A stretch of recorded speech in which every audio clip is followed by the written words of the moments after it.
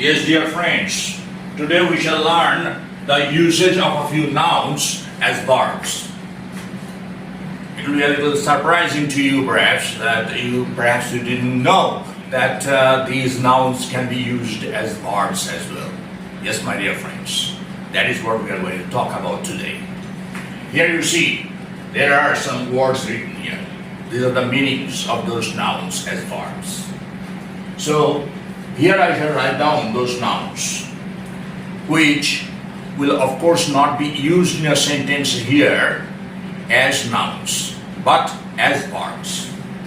For example, let's take the first word, first meaning. To make dirty. To make dirty. Do you know any noun that means this when used as a verb? If you know any noun that can be used as a verb meaning this, please write down in the comment box. Otherwise, I'm going to tell you the noun. The noun is soil. S-O-I-L. Soil. Let me write down this word here. S-O-I-L. Soil. I think you know the word soil. Almost everybody knows the word soil. It is not an uncommon word. But generally we know this word as a noun. Soil, that is, which means mud or clay. But here, the meaning is being, the word is being used as a verb. And when it is used as a verb, it simply means to make dirty. Let's make an example sentence. Unfortunately, the child has soiled his clothes, his or her clothes. Child has soiled his or her clothes. That is, the child has made his or her clothes dirty.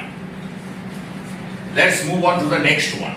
And the next one, the meaning of the next one is to submit to or endure. Endure means to tolerate, endure. So what is that noun that means this? To tolerate, you say, okay? To tolerate, I think everybody knows the word tolerate, so I'm using the word tolerate here. Though here the meaning written is endure, but still, for you to understand better, let me use the word tolerate. And the noun here that I'm going to write down is very, very simple. It's a part of your body. It's a part of your body. Try now, okay? Yes, my dear friends, the word is stomach. S-T-O-M-A-C-H. S-T-O-M-A-C-H.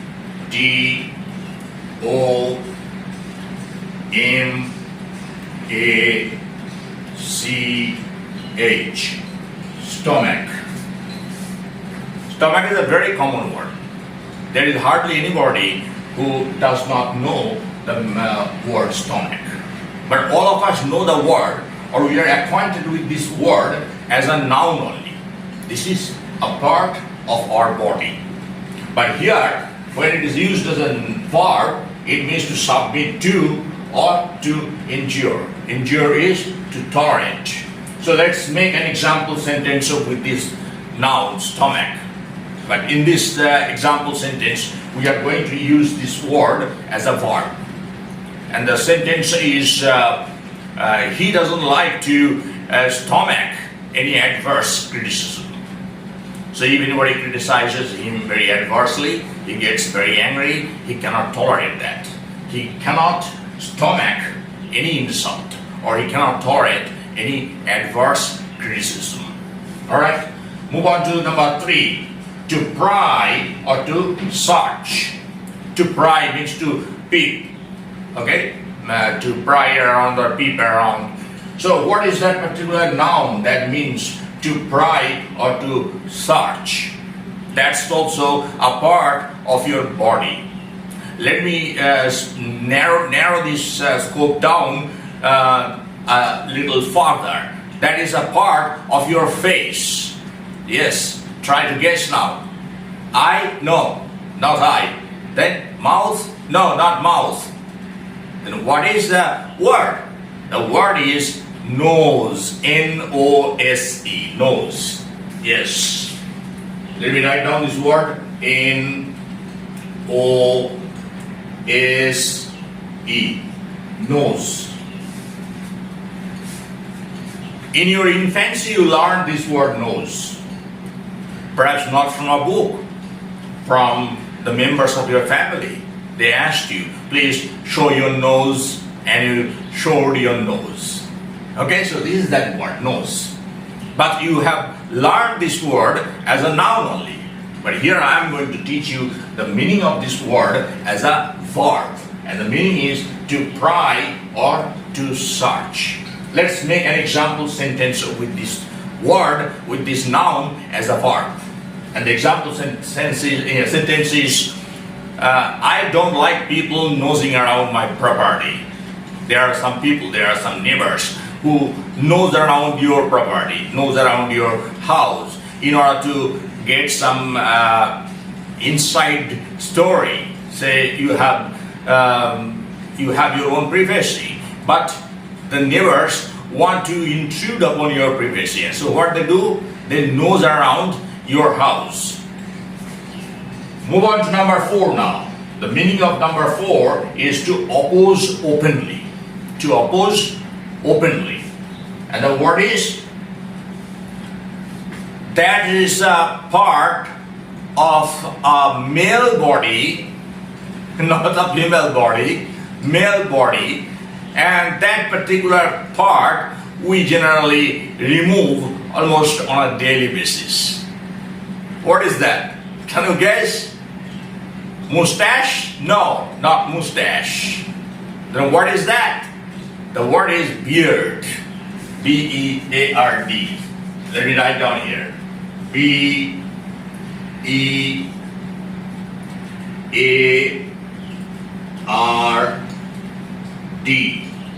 Beard. Beard means to oppose openly. I'm teaching you all those words which you have already learned from some source. But you have learned all these words as nouns. But today, what is the speciality of this video then? This video is going to teach you the use of these words, these nouns, as verbs. And this is one of the examples. Beard means to oppose openly. Let's make an example sentence. Do it pronto, guys. Yeah, write down in the comment box any example sentence which I shall review afterwards. Let me make a sentence of my own to oppose openly. You should not beard a hooligan. You should not beard a hooligan. Why? Because you know very well the hooligan is not willing to listen to logic. So if you openly oppose that hooligan, there may be some problems. So the word beard is used in that sentence. A wise man does not beard a hooligan. Okay. Move on to number 5 now. Number 5 is to display ostentatiously. That means to show off. To display ostentatiously means to show off. There are some people who show off what they have, and they're proud of that particular possession perhaps. And what is the noun that we are going to use here as a verb? The word is, remember, the soldiers are quite acquainted with this word. On a daily basis, they use this word. And the word is parade. P-A-R-A-D-E, parade. P-A-R-A-D-E,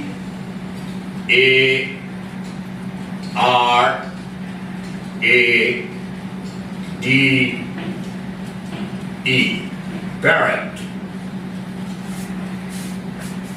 Let's make an example sentence with the word parrot, but not as a noun, but as a verb. And the word is, there are some rich people who always parade their wealth. Who always parade their wealth, or parade their riches. You should not parade your riches. Not only that, even if you know English properly and say people praise you for your English, people appreciate your English. You should not parrot your English. Unnecessarily, you should not parrot your English knowledge, that is. Okay? Let's move on to number 6. Number 6 is to concoct a false charge against. Somebody has been put in a false position. Okay? The person has not committed any crime, but unfortunately, there is a charge concocted, false charge concocted against him, and he is arrested. And the word is, tell me the word. This word is very much associated with a photo. Photo, you know, photo you have in your house, and the word is very much associated with a photo. And the word is frame, F-R-A-M-E. Let me write down this word, F-R-A-M-E,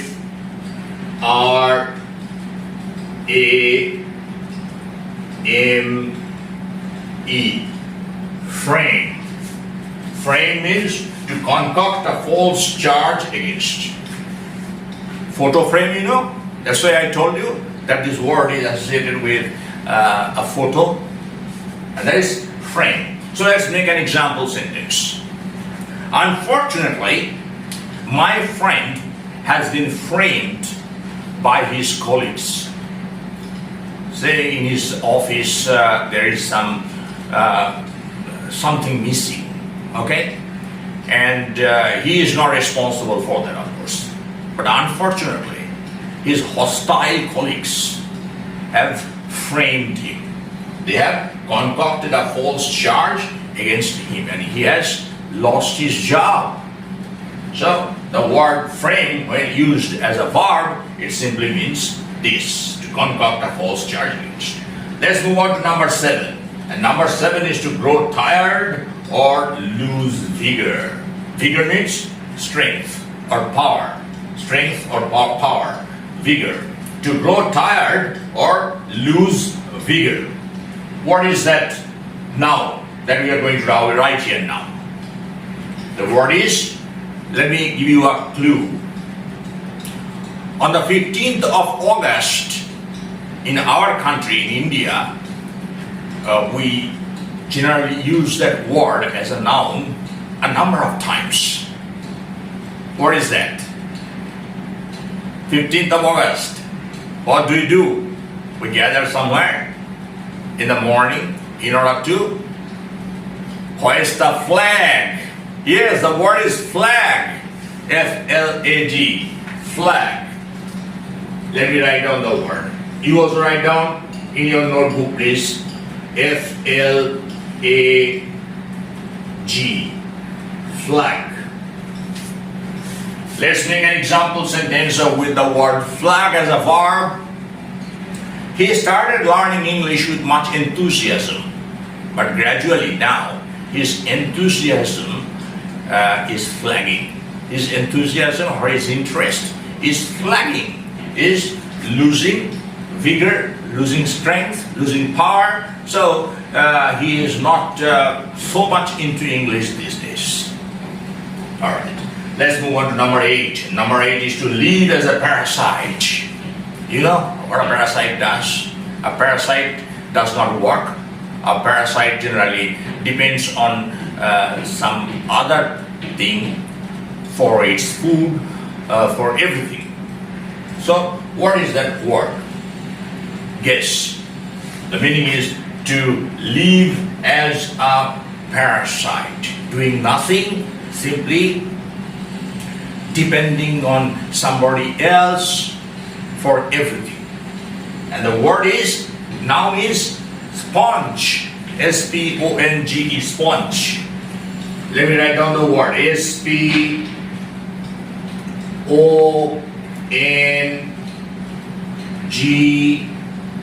sponge.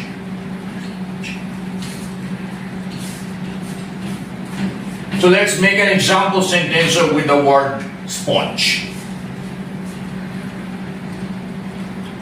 An adult, educated son does not like to sponge upon his father. Sponge is followed by the preposition upon, on or upon. So the son is educated, the son is quite grown up now, so the son does not want to sponge upon his father. He wants to do something on his own. Okay, so the word is sponge. Let's move on to number 9. To make a gesture directing. Gesture.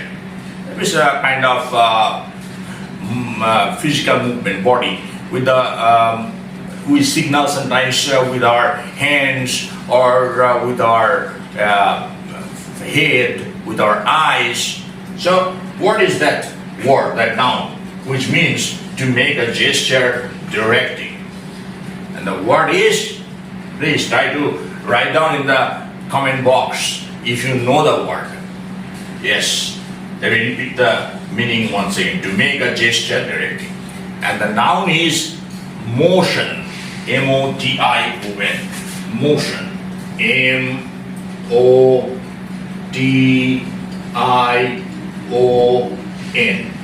Motion. Motion means to make a gesture directing. Let's make an example sentence with the word motion as a verb. When I went to his house, he was writing something, so he motioned me to sit down. He motioned me to sit down. He didn't tell me to sit down, but he patted on the sofa beside him, signaling me to sit down. Motioning me to sit down. That is motion. Number 10, and that's the last one for this video session. To survive, within brackets say, a difficult period, etc. To survive a difficult period, or etc. So, what is that noun? That noun almost you use a number of times on a daily basis. It is nothing new.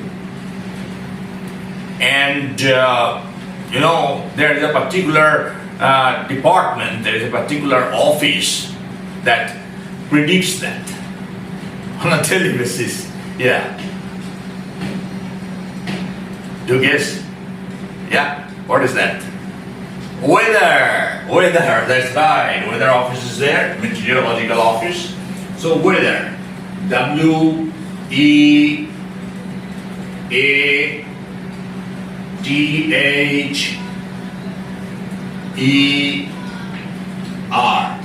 Weather.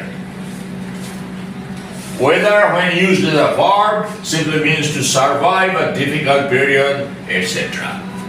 Please make an example sentence. All the example sentences shall I have to make? Will not. Please try. Okay, all right. Let me make an example sentence with this word weather as a verb. And the example sentence is, it is very difficult to weather this financial crisis, economic crisis. Say there is a huge economic crisis, maybe in your family or in the country at large, and there it is very difficult for you to survive that period. And that's why I'm using the word weather. It's very difficult to weather a financial crisis or an economic crisis. Yes, so you have learned all these 10 words today and their meanings, and all these words are nouns. You cannot say that there are some words which are unknown to us. Perhaps the meanings are unknown to you when these words are used as verbs, but these words are very, very common, and of course you don't have to work hard to memorize these words because you already know them. But from now on, try to use these words as verbs as well in order to level up your English sentence construction especially. If people listen to you, using all these words or some of these words as verbs, your English will be appreciated, my dear friends. Don't you want your English to be appreciated? Everybody wants that. So you do as well. So try to use these words as verbs and you will get a round of applause. Okay. So now what shall I say? The same thing, same monotonous, boring, tedious thing. That is, please, those of you who are new, who are watching this video or who are watching this channel for the first time, don't forget to subscribe to this channel, because your subscription is our inspiration. And if you think that this video has been of some use to you, you have learned something from this video session, please give us a like. And if you feel that this video session is very boring, there is nothing to learn from this video session, you may give me a dislike. But I shall request you, my dear friends, if you give me a dislike, please don't forget to mention the reason for the dislike in the comment box. Why? So that I can improve my teaching technique then. Because I shall understand that these are my flaws, these are my loopholes. So I will have to remove these loopholes and I will present a better video next time. I assure you, my dear friends, I promise. Thank you very much. See you again in the next video session. So long. Most of them will find that you have made better to escape and not to escape the pain.